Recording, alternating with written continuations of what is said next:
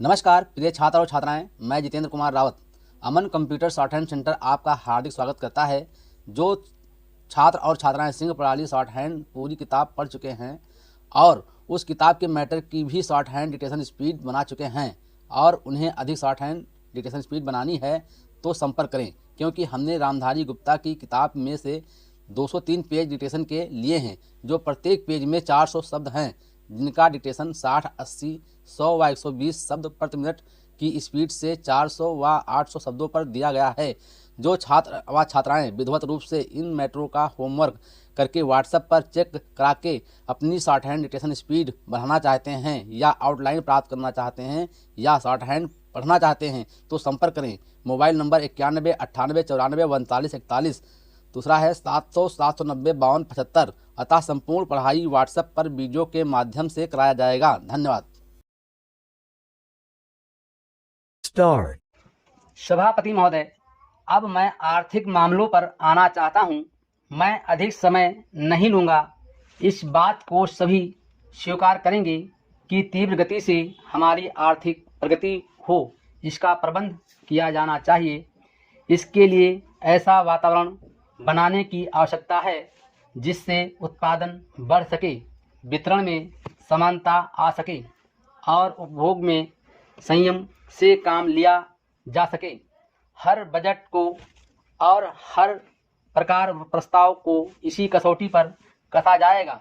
यथा क्या उससे उत्पादन बढ़ता है, क्या वितरण में समानता आती है, और तीसरी बात यह कि क्या हम देश में ऐसा वातावरण बना सकते हैं कि लोग जितना कमाते हैं उतना खर्च ना करें, उसमें से बचाए और उसे राष्ट्र की समृद्धि में लगाएं।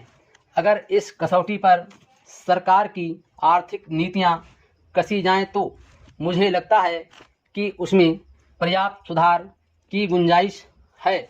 मैं वित्त मंत्री की कठिनाई को समझ सकता हूं।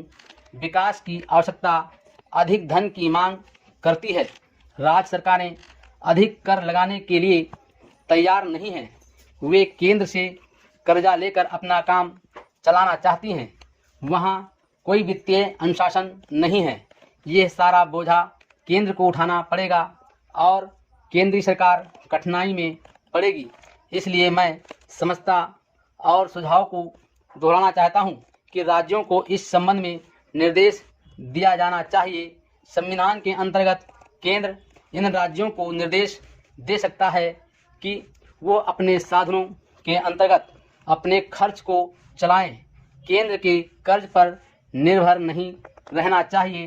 विशेष परिस्थितियों में कर्जा दिया जा सकता है, लेकिन कर्जा लेकर अपना काम चलाना ये उनका स्वभाव नहीं बनना चाहिए। अपवाद रूप में कर्जा लेकर वो किसी विशेष परिस्थिति का सामना करने के लिए प्रस्तुत हों तो उसका विरोध नहीं किया जा सकता। दूसरी बात यह है कि देश में सादगी और संपत्ति को उड़ाने के बजाय उसे उत्पादक कार्यों में लगाने का वातावरण बनाना चाहिए। मैं नहीं जानता वित्त मंत्री महोदय इससे कहाँ तक सहमत होंगे, लेकिन आज देश में समाजवाद की चर्चा बहुत होती है। लोगों का समाजवाद की ओर देखने का दृष्टिकोण विकृत हो गया है। लोग हमें क्या मिलता है इस ओर ज़्यादा ध्यान देते हैं। हम कितना खर्च करते हैं और ध्यान नहीं देते हैं। समाजवाद बिना संपत्ति की अभिवृद्धि किए और बिना उसके समान वितरण के नहीं आ सकता। हमारा देश कृषि प्रधान देश है। सभापति महोदय, खेती के बाद उद्योग का हमारे देश के आर्थिक जीवन में बड़ा प्रमुख और महत्वपूर्ण स्थान है। स्वतंत्रता के बाद देश में बड़े बड़े और मौलिक उद्योग धंधे खड़े किए गए हैं, जिनकी बहुत आवश्यकता थी। उस दिशा में अच्छा प्रयास किया गया है और उसमें बड़ी सफलता भी मिली है। लेकिन जहां बड़े बड़े उद्योग धंधे खड़े हुए, वहां छोटे छोटे उद्योग धंधों की, विशेष रूप से उन उद्योग धंधों की जो देश में परंपरा से चले आ रहे थे, बड़ी उपेक्षा हुई। बहुत से उद्योग धंधे अपने पुराने ढंग से चले आ रहे हैं, उनमें कोई नया परिवर्तन नहीं लाया जा सकता है, उनका कोई विकास नहीं हो सकता है। देश की स्थिति को देखते हुए विशेष रूप से ग्रामीण क्षेत्रों में कौन से नए उद्योग धंधे खड़े किए जा सकते हैं, इस बारे में कोई अनुसंधान नहीं किया गया है। खादी और ग्रामोद्योग स्थापित किया गया और उसने खादी और कुछ ग्रामीण उद्योग धंधों को लिया, लेकिन उसका भी कुछ सीमाएं हैं। बहुत से उद्योग धंधे ऐसे हैं जिनको प्रोत्साहन दिया जाना चाहिए था, लेकिन प्रोत्साहन देना तो दूर रहा, ऐसी नीति अपनाई गई कि उनके काम में बाधा पैदा हुई और उनमें बहुत से टूट गए।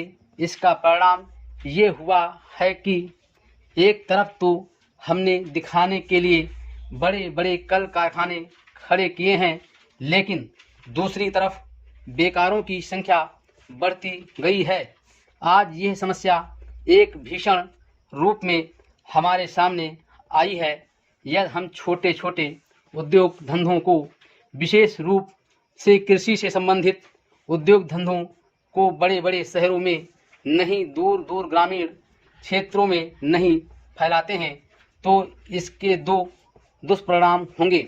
एक तो उद्योगों का केंद्रीकरण होगा, दूसरे शहरों की जनसंख्या बढ़ेगी, जिससे अनेक जटिल समस्याएं पैदा होंगी। इससे हर एक आदमी को काम नहीं मिलेगा और हमारे जो पुराने उद्योग धंधे जीवन से संबंधित सामग्रियां तैयार करते हैं, उन पर बुरा प्रभाव पड़ेगा।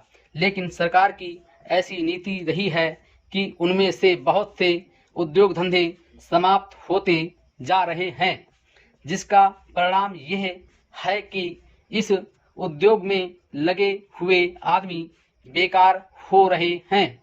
मैं चाहूँगा कि सरकार ऐसे उद्योग धंधों को अधिक प्रोत्साहन देने का प्रयत्न करें। इस प्रयत्न के लिए हम इस मौके पर सरकार का समर्थन देशभक्ति की भावनाओं से करते हैं। Full stop.